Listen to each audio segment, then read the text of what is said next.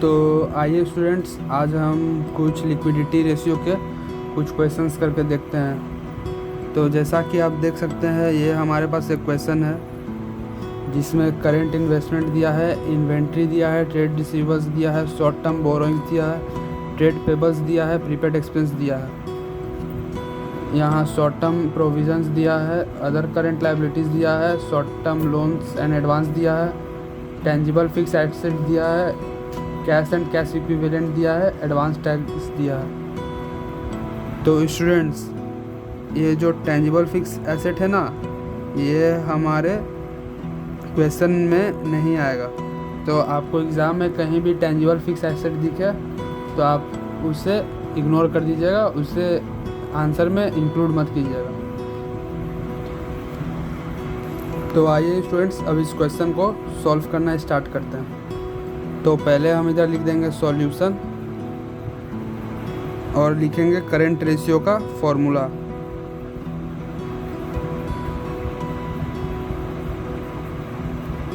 Current ratio is equal to current asset by current liability.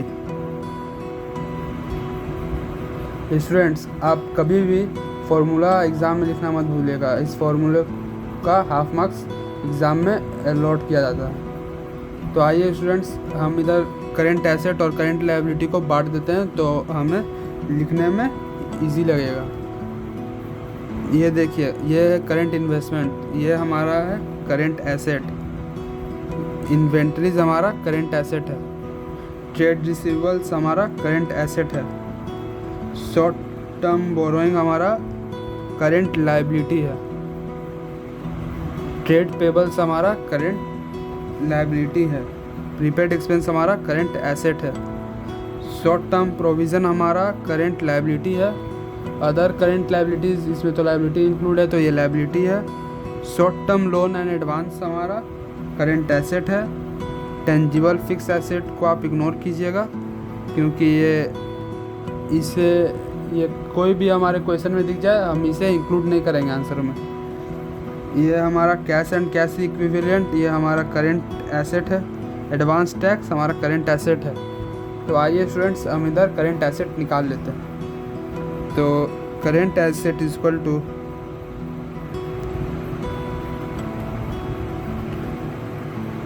Current investment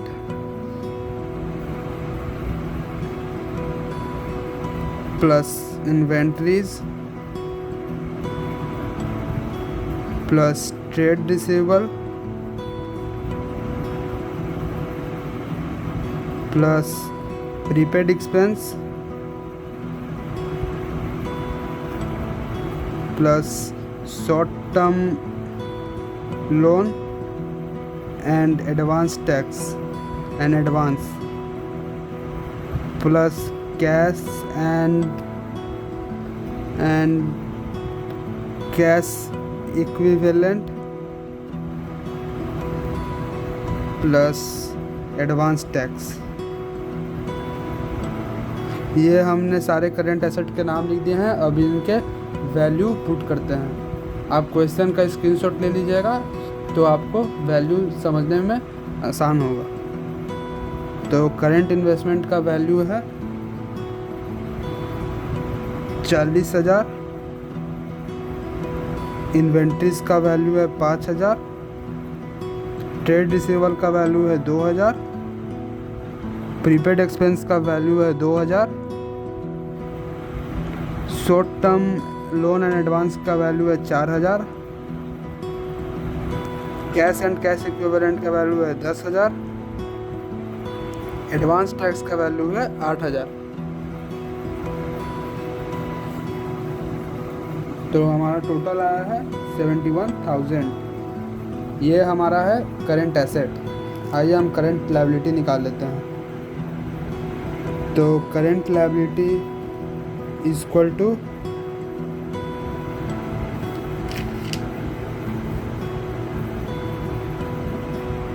अब हम इसमें से करंट लायबिलिटी लिख लेते हैं।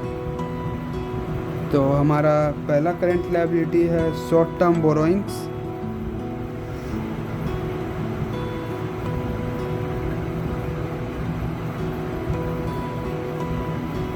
फिर trade payables,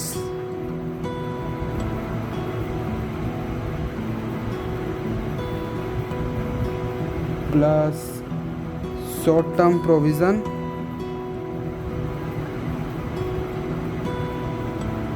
other current liabilities,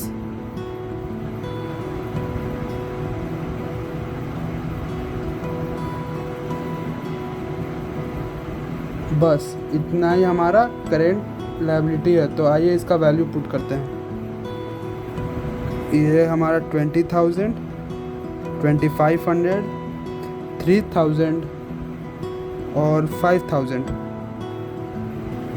तो इसका टोटल आया 3,500।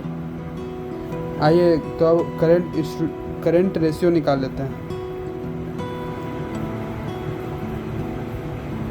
Current ratio is equal to 71,000 current asset by current liability. तो इसे डिवाइड करने पे हमारा 0 से 0 काटेंगे, 61, 142। ये दोनों को डिवाइड करने के बाद आ रहा है 2.3/1, जिसे हम रेशियो में लिखेंगे 2.3:1।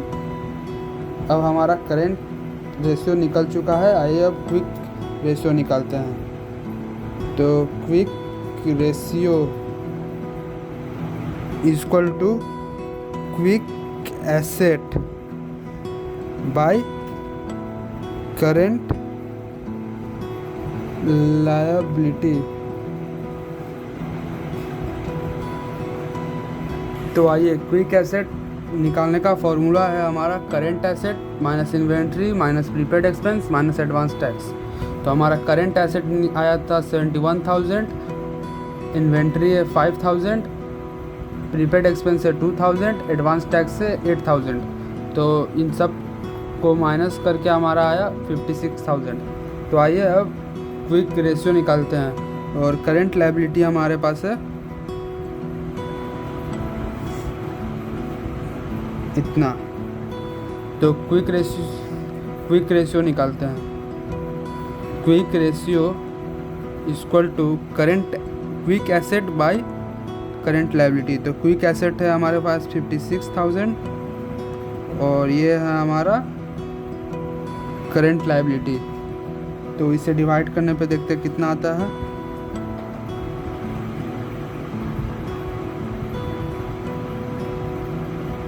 ये हमारा आया 1.8/1, जिसे हम रेशियो में लिख देंगे। ये हमारा पहला क्वेश्चन का आंसर आ गया।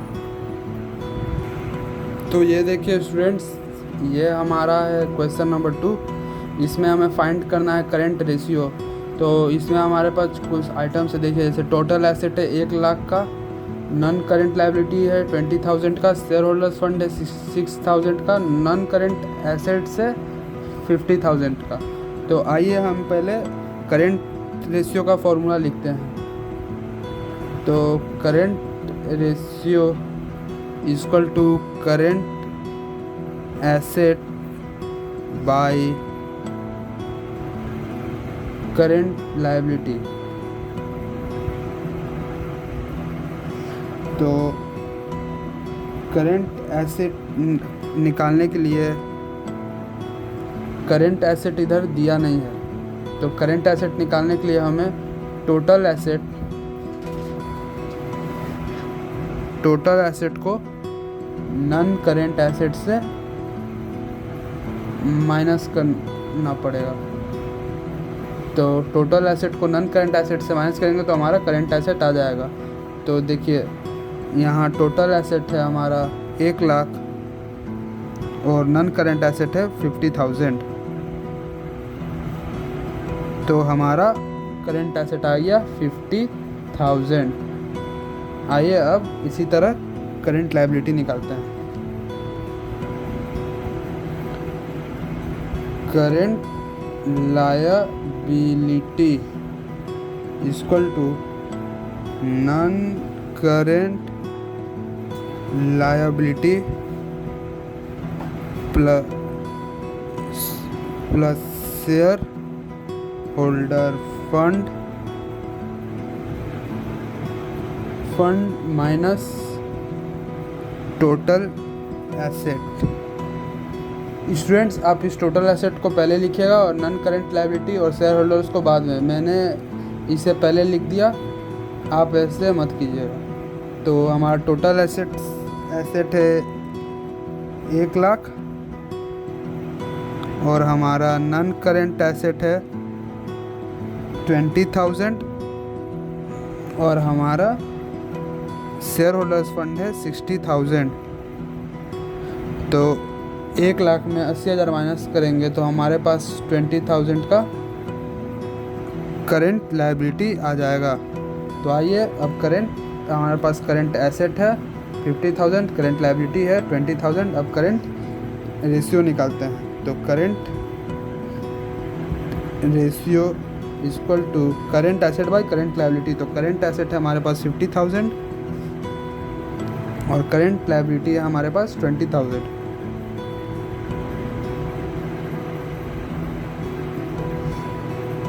तो हम इधर 0 से 0 हटाते हैं और 5/2 equal to 2.5/1 that equal to 2.5:1। ये हो गया हमारा दूसरे नंबर क्वेश्चन का answer. So thank you students मेरे वीडियो पे बने रहने के लिए।